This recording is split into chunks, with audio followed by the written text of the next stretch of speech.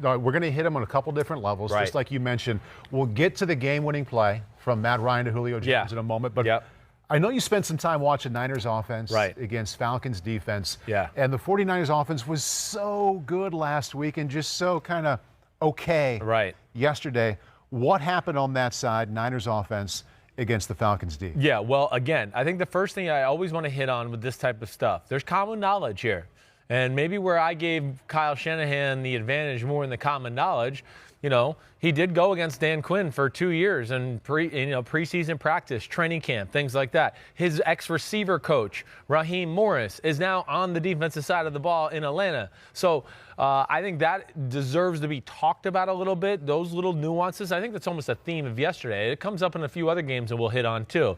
But I think the big thing boils down to this as far as you've said it. The 49ers offense has been big play. It's been dominant all year. I mean, there's really not a game that they haven't moved the ball other than maybe Baltimore. And I would say the weather was pretty much as much of a factor there as the Ravens defense. But other than that, nobody's really stopped the 49ers. I thought Atlanta did about as good a job as I've seen anybody do for two reasons. One, didn't allow big plays. That was the biggest thing that jumped out to me. The 49ers are a chunk football team. It's 15-yard run, 20-yard screen, then it's a few plays of 2 and 3 yards, and then all of a sudden, bam, it's a 30-yard play-action pass. And that's kind of how they operate. That really didn't happen other than on 2 plays during this game.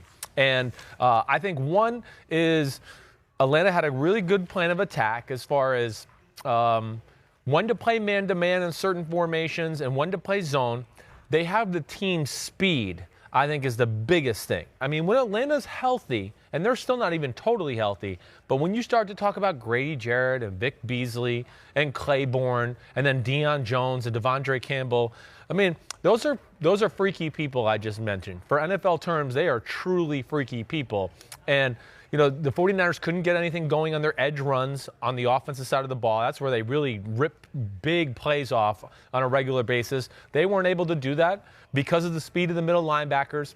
Got whooped up front. There's no other way to say it. Grady Jarrett had his way with the interior part of the offensive line. You think it's more schematically, and you mentioning that they're underrated defensively, personnel-wise anyway? Yeah. Or is this I give them a pass. They've had massive games every weekend the last month, and this was just an off game. I'm glad you brought that up, too, because I was going to totally – and I said this on the show this morning with Florio, but, I mean, you know this. This is a real aspect of football.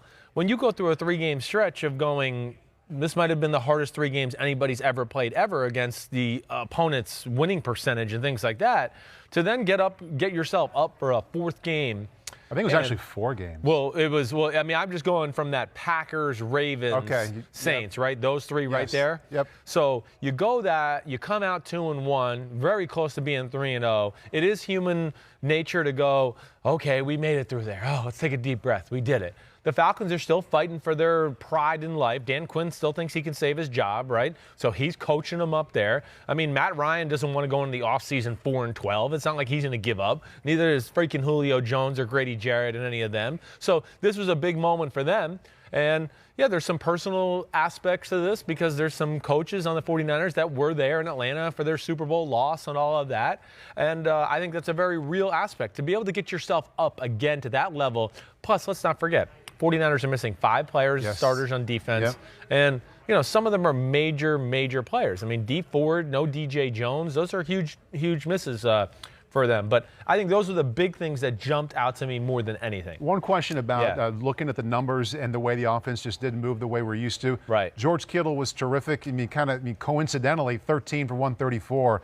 Just like Julio Jones. Yes. But Samuel and Sanders combined for 3 catches. Nothing. I know. Barely over 10 yards per catch. Yeah. What did they do strategy-wise, they being the Falcons defensively, to produce that way? Yeah.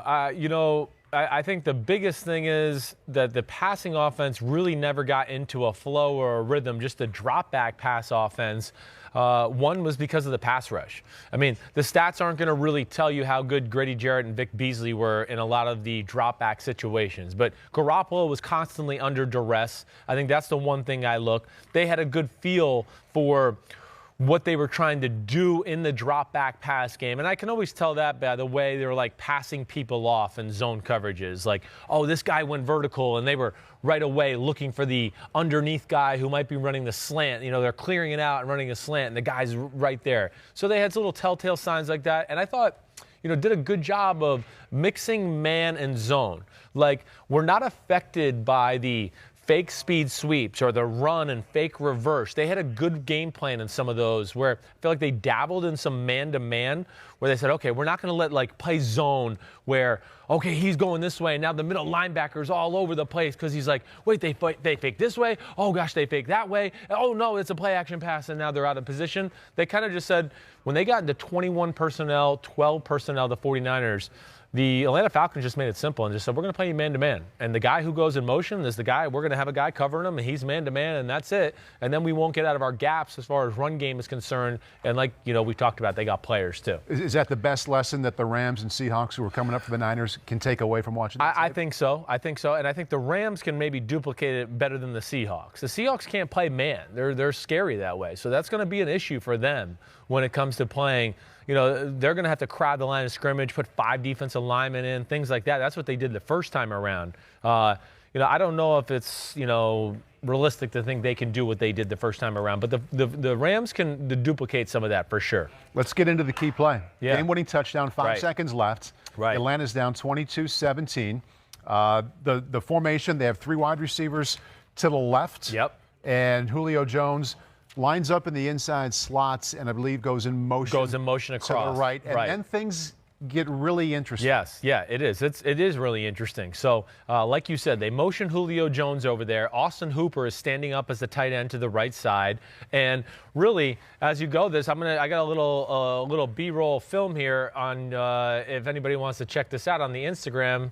But the big thing is, Julio lines up going across a motion like you talked about. They're trying to double Julio. They're trying to in and out him as far as one guy, 41 Mosley, has got him if he goes outside. And then 36, Marcel Harris, who, if you could just rewind it back just a little bit again. Marcel Harris, as you could see, I'm pointing him right there. He is the safety who's head up on Austin Hooper. They have a linebacker covering Austin Hooper. All right? Now, the other two, 36 and 41, are inning out Julio Jones. But 36 stacks the linebacker who's covering Austin Hooper. So then Austin Hooper releases upfield, and instead of just picking one guy, he gets to pick 2 guys. And then there's no one there for the shallow cross for Julio Jones. So really, I think the most egregious mistake on this play, more than anything, is the alignment of Marcel Harris, the backup safety to Jaquiski Tartt. Because they're doubling the slot to the left side. And if you look here on the play itself, 83, the slot receiver, I always forget this guy's name. Oh, yeah, Russell Gage. He is being doubled as well. You see there's a bracket coverage on him. Yeah. Jimmy Ward then realizes, oh, Matt Ryan's not looking at him anymore, and he comes off and makes a bam play on Julio Jones as he catches the ball right at the goal line. As we know, he just gets in. But this was the proper defensive call. This was just bad execution, bad alignment. And again, I think it's on Marcel Harris. You know, because think about it this way.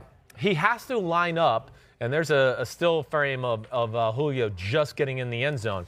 But for that type of alignment, all right, like if Julio was right there and you're 41 and I'm 36, you can't stack 41. I need to get off over here almost. When you say stack, you mean? Like playing right directly behind the linebacker who's playing Hooper man-to-man. Yeah. Right? He almost – so now Hooper takes that inside release, and now he gets stuck a part of the wash there instead of he should have been inside already and just waiting for Julio Jones to come. Right. Because that's all they're doing is going, okay, we're going to in and out him. 41, if he goes out, you got him. Right. If he goes in, I got him. 36. And it looked like that communication. That was my first question. Yeah. When 41 went with Julio Jones in motion, from left to right, there was communication between 3 people. He does his hands like this. They were all kind of looking at each other, and they gave some kind of nonverbal of what was supposed to happen. Yes. What do you think that was? I think that was what he was basically telling him, like, we're bracketing. And if you go back, Pete, go back to that little our little Instagram clip there, because you're exactly right. As Mosley goes in motion with Julio Jones, he is giving this motion of his hands, and he's talking to 36. He's letting him know. And 36 is going, okay, hey, you man up on 81. And because of that, he doesn't ever get back inside. Because I think at first they were going to double 81 to that side, and then they changed it to where, oh, wait, Julio's over here. We have to double Julio and in and out him. And I think Marcel Harris aligns wrong, gets picked by Austin Hooper and the linebacker covering Austin Hooper, and then he can't get there. It makes it an easy throw for Matt Ryan. Was 41 who went with Jones in motion, was he supposed to go with him man-to-man? Well, he can go with him, but no, he's really sitting there waiting for him in case he runs like the fake shallow cross and comes back out, right? Yeah. So he doesn't want to follow too aggressively. And by alignment, that lines up, no pun intended, to what you're saying, because he's about 1.5 yards outside of him, waiting for him to come outside. Exactly right. He's waiting for it. They're thinking, oh, Julio might run a little option route, something like that, where he comes off. And I think the funny thing about this play is, Dan Quinn was the defensive coordinator of the Seahawks, and this is the play that the Seahawks ran to try to beat the New England Patriots, and Malcolm Butler intercepted. I mean, it was basically the same thing, except, of course, Brandon Browner wasn't there to jam the pick guy and ruin the whole play. But I think that was the biggest thing altogether. And even to throw that in one little more wrinkle to this whole conversation, the other big play earlier in the drive, which was a Julio Jones deep cross that got them down there close, they were trying to double Julio there too. And the safety didn't come aggressively down to double him and let him catch the ball at 12 yards, and then he broke the tackle and ran for another 15 or 20 yards and put him inside the 20-yard line. So more execution down the stretch from the 49ers defense where, they were spotted a 19-10 lead, but it's Atlanta Falcons, and Matt Ryan, he doesn't give a damn. He's going to keep firing, and I give them credit for fighting that way. How about a little lesson in why you shouldn't gamble?